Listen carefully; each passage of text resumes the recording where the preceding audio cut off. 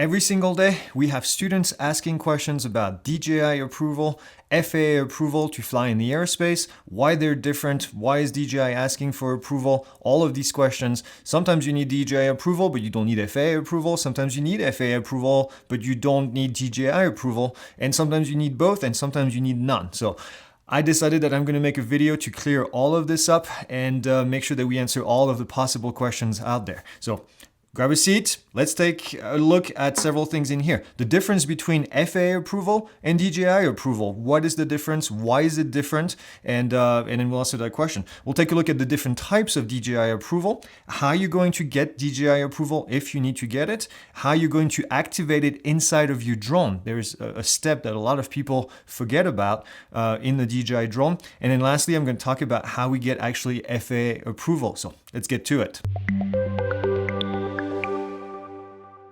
So what is the problem? The problem is that DJI decided to require approval for certain areas in the country using a different logic than the FAA. Now you may say, well, there's no logic in any of them. Well, and I may agree with that, but there is a certain logic behind what the FAA is doing. And the logic behind what the FAA is doing is that they're looking at an airport, they're looking at a big circle, usually the airspace for that specific airport, and then they're saying, well, around that airport you can fly a certain altitude. The closer you get to the airport, the lower the maximum altitude is.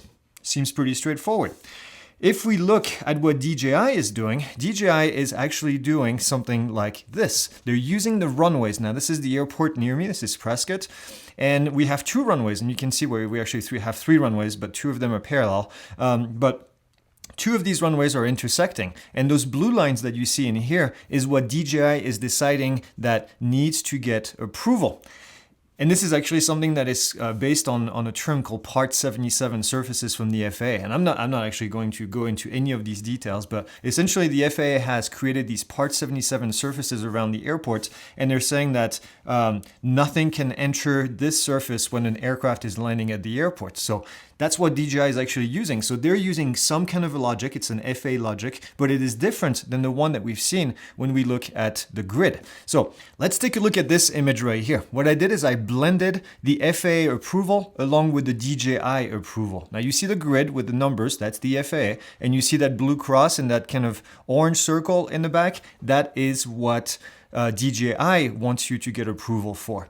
And you notice that there's a few spots where things don't actually add up. Let's take a look at this first pin right here. This pin right here, the FAA says that we are in a zero grid, which means that you can't fly without getting additional approval, lots of approval actually. You need a couple days, submit it to the FAA, and then they'll send you an email back saying that you can fly there. But if we look at DJI themselves, they're only going to give you a little warning on your computer, on your thing that says you accept the liability, you push OK, and then you're done. So that's that orange area right here. And I'll get back to these different colored area from DJI, but I want to show you this example.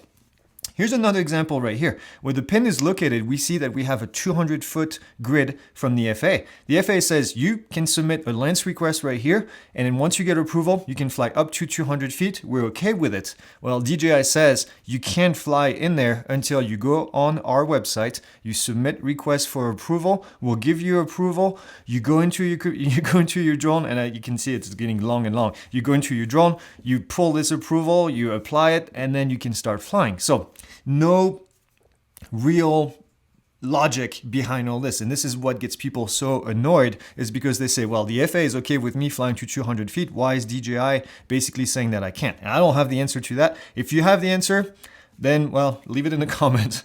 And then we have another spot right here. Here's a spot where the FAA says this is a zero grid, so you can't fly in there without further approval through the FAA website. But DJI says, guess what? You're good to go. So you can see that the logic is just not there.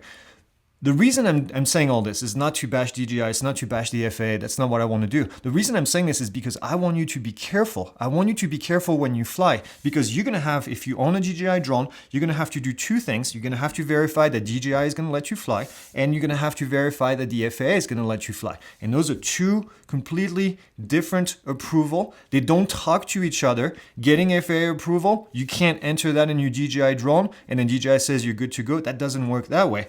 Getting DJI approval is not good enough if you need also the FAA approval. So I want to make that very, very clear.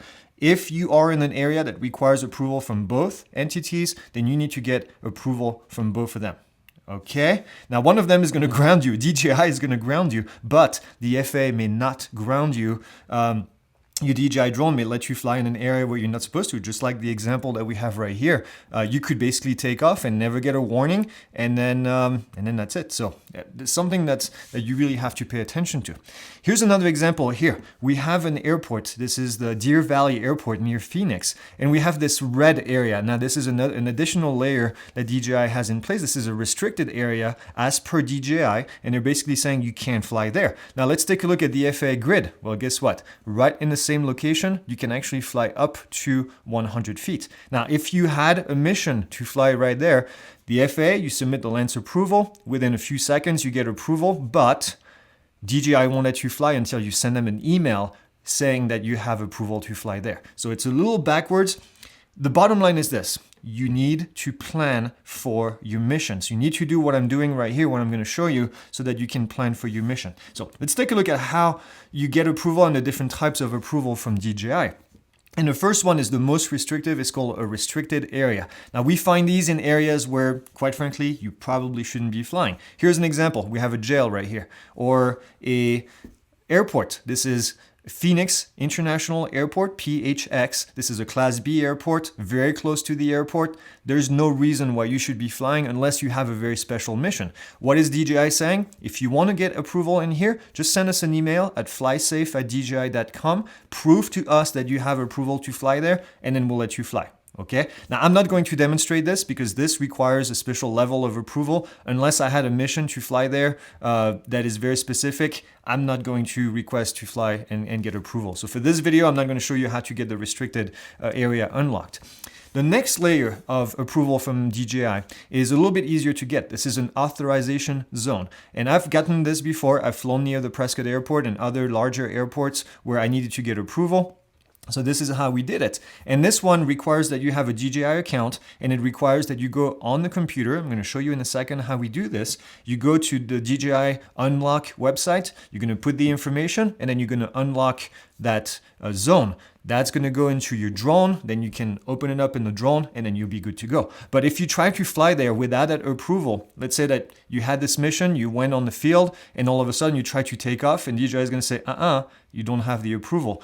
Then you'll have to go online, then you'll have to do all this. I recommend that you do this beforehand. If you fly in one of these blue zones, on your computer, verify the day before, submit approval, send it to your drone, and then you'll be all set. So this is all about planning at this stage. Here's another example right here. This is an authorization zone, and then also on the inside, you can see a restricted zone. So you'd have two different types of approval depending on where you want to fly in this case. So the next layer is not an approval, it's just a warning. There's three more categories I'm going to show you. This is the enhanced warning zone. This is the orange zone. Here, you'll just be prompted to accept the liability essentially, and then click OK, and then you can fly. So you don't need to go on the computer. You don't really need to have a verified account. You don't need to have an internet connection. You can basically start flying. So that's all the orange areas. They're in a lot of different places, close to an airport, maybe close to a helipad, just to give you an idea that something is actually going on in that area, that you need to be paying attention. And then we have two other layers that are, I'm going from the most restrictive to the least restrictive here. The two other layers are a warning zone and an altitude zone. Now, both of these are going to pop up a message and you're just going to click OK. The altitude zone will restrict the height at which you can fly. And you can see what it is. It's the extension of these busy runways. The diagram on the right side shows you right here, those gray areas, those are the altitude zones. So you might be restricted to fly up to a certain altitude right here. Again, you may not have an FAA restriction flying right there, but DJI decided that, well, that's what they were going to do. So you may say, well, how do I get approval? Well, I'm going to show you how you get approval for these blue areas. And it's a two-step process. You apply for approval on the website, and then once you get approval, you're going to go into your drone and you're going to import that approval in the drone. So let's jump in on a browser on your computer. I recommend that you don't do this on mobile. It doesn't look great on mobile. So let's go ahead and go into the DJI Unlock. Personally, I would just go on Google and type DJI Unlock. I'm going to have a link down here for you guys to click on, but here's the dji.com/flysafe/self-unlock. And once you get in there, you can start scrolling. Now there's a custom unlocking right here. That's a little bit more advanced. I would not click on that for right now. You're gonna need to email them and get all of that done. But for right now, we're just gonna do self-unlocking. And this is valid for these blue areas that I showed you on the screen. And as I'm scrolling, there's some information on how to do it. Now the first thing that I want you to do is I want you to select the aircraft that you're gonna be flying. Now for this video, we're gonna be flying with the DJI Air 2S. And it changes depending on the type of aircraft, by the way. And I can't wrap my head around it, but if you go to a Matrice 300, for example, you will notice that in some areas it looks different, or Matrice 600, I think it was. Yeah, the area looks a little bit different. So again, we're gonna get back to the Air 2S, and you can see here we have our restricted zone, we have a legend, we have authorization zones. Now you can't uncheck these, they always show on the map. You can add the warning zones. Now the warning zones, they're a lot bigger, and because they're just a warning, I don't usually put them on. And then you can have also the enhanced warning zones. I'm going to keep those on just so you can see what it looks like. But we're going to find our airport. So let's say that I wanted to fly close to the KPRC airport. So I'm going to type Prescott in here, Prescott, Arizona. So I'm going to zoom in a little closer to the airport, and we're going to wait a few seconds for the map to load up. Here's the map. And I'm going to scroll. Now, when you scroll, be careful, depending on the type of device that you're using. If you scroll inside the map, it's going to zoom. So make sure you scroll outside right here. Here is, you can see there is a little pin. And this little pin tells me that there is an orange area and there's also a blue area. Now, I don't have a red area in here, the restricted area. But here it says authorization zone unlock available. Well, that's what we're going to try to do. We're actually going to try to fly later today in this area, in this section right here. So I selected it.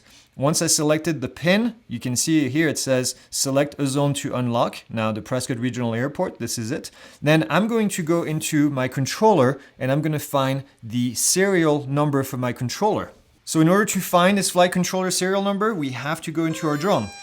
So you need to turn it on, which is it's doing right now. You need to turn on your controller. You need to go into your app. And once we go into the app, we're going to go tap our three little dots right here on the top right. And we're going to go into About. And when we get into About, then we're going to scroll until we find the flight controller SN, serial number. And so this is where I go back and I type this in into this box right here. Now, once you've entered your serial number, you can see here there's a date. And the date is only starting from today. So today is the day that I'm recording, says the 29th of April. And we can pick the next day, the 30th of April, and that's it. We can only pick one of these 2 days. And you can see, depending on the day that I pick, then it's going to give us the approval for 3 days. So the 29th, which is today, and then the 30th, and then May 1st. If I pick the next day, then it extends it to May 2nd. So we're going to fly today, so I'm going to pick it in here, but that's it. You don't have the ability to do this far ahead of time, which is a bit of a pain. And then you click submit. It's going to give you all the conditions in here. You click agree after you read them. And then it says you must have a verified account to do this. I have a verified account and I have authorization to fly in these area, and then you can proceed. Now it says which type of preference for verification. We're going to send it to our phone. I'm going to put my phone number in here, and then we'll be able to get a code to verify that this is indeed us. So when you get to that point, put your phone number in there, send a text. If, like me, it doesn't work, and I've tried several times, then just go ahead and do the phone verification. They're going to give you a call, give you the number, and actually that worked for me. So this is actually the first time I've done it before. It worked, and then now, of course, it doesn't. So now that you're done, you're not done. You need to go back into your drone in itself. You need to click on the three little dots. You need to go into the unlock geo zone. And then here, there you go. It has been added. The flight controller serial number is good. We can see the little button, import to aircraft. Now, if it doesn't say import to aircraft, or if it says aircraft disconnected, make sure your aircraft is indeed connected. And if the aircraft is connected and it doesn't work, you probably type the serial number incorrectly. Ask me how I know. And then we're gonna tap import to aircraft, and then now we're good. So if we tap on the next tab here, aircraft unlock licenses, it is right here, it is valid, it is turned on, which means that I can go into that area near Prescott and actually fly in that airspace, which we're going to try right now. So here we are on the final for Prescott. If we actually look at our map right here, you'll be able, I'm going to zoom in right here, you'll be able to see where we are. Now we've been getting a whole bunch of notifications already telling us there's an aircraft coming, don't take off or whatever it is. It says aircraft too close. And sure enough, they're flying around top of us. My guess is right here, they're probably about 200 to 300 feet when they're coming into final. And what we're going to do is, I'm not going to take off because I don't want to do that, but I want to show you the ability to actually unlock this section. Now, if I zoom out right here, I can actually see on the screen that we are in the blue zone. And if you remember the blue zone from a second ago, this is where we got approval. So I'm going to go into my settings. I'm going to go into my settings. I'm going to get out of this right here, a map, and then go into our settings. And then we go into the safety section. We can go into the unlock geo zone right here. And we can say import to aircraft. Now, technically, we should have done that already. And then if we go into the aircraft unlock license, now it is checked blue, which means that we're actually basically ready to go. So technically, I'm going to spool just so that I can show you that it actually works. We can go right here. I'm going to spool.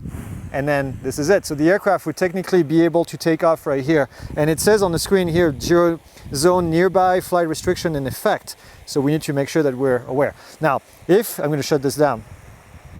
If you went through this entire process, it means that that you know what you're doing. You know that you're flying in this area. You know there's going to be aircraft that are flying. As a matter of fact, it's been more than 2 minutes since we saw one going by, and I'm getting worried they switched runways maybe. But that's how you would do it. Now you're basically ready to go. You've unlocked using the blue zones. If we were in the red zone, it would be completely different with the restricted zone. Now, before we're able to take off right here, what I need to do is we need to go and request a LANC request because we are in controlled airspace. Now, let's head over into the LANC section on the phone right here. We're going to start Kitty Hawk, and then once you get into Kitty Hawk, then you will be able to see exactly where we are. You can see the map right here.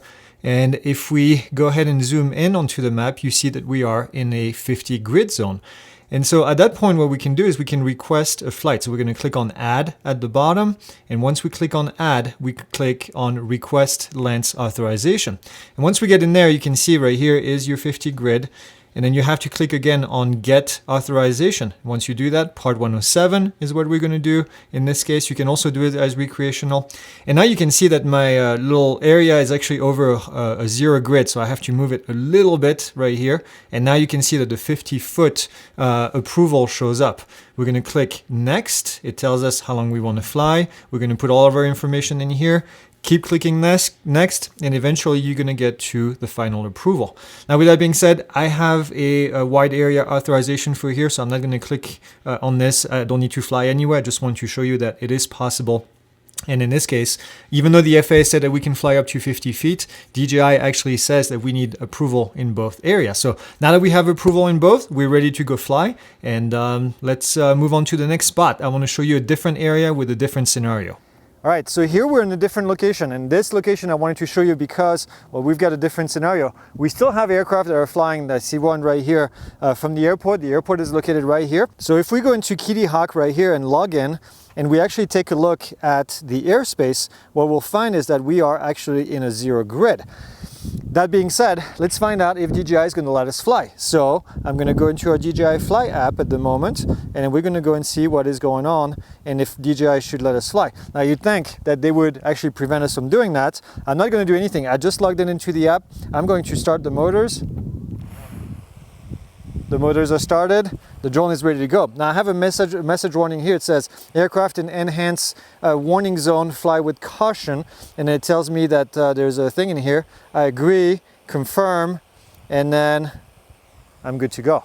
I could take off right here. Obviously, I'm not going to do it because this is in a 0 grid and I'm not allowed to do this. I didn't get approval, but just to show you that it is not perfect. So it's not because DJI lets you fly that you can technically fly. I would have to get approval from the FAA. I cannot do that from the Kitty Hawk app. I would have to go on the FAA website. I would have to submit this several days in advance, get it approved, and then I would be able to go in here And now we'd be able to fly because I don't really need approval from DJI. So this is really the conclusion of this video. I hope you learned something. Just remember, DJI approval, FAA approval, two different things. One could require when the other one doesn't, and vice versa. Make sure you do your research. Make sure you have the right tools, which is Kitty Hawk, which is the FAA website. Make sure you go in there, make sure you get everything that you need, and then fly safe. So I'll see you guys in the next video.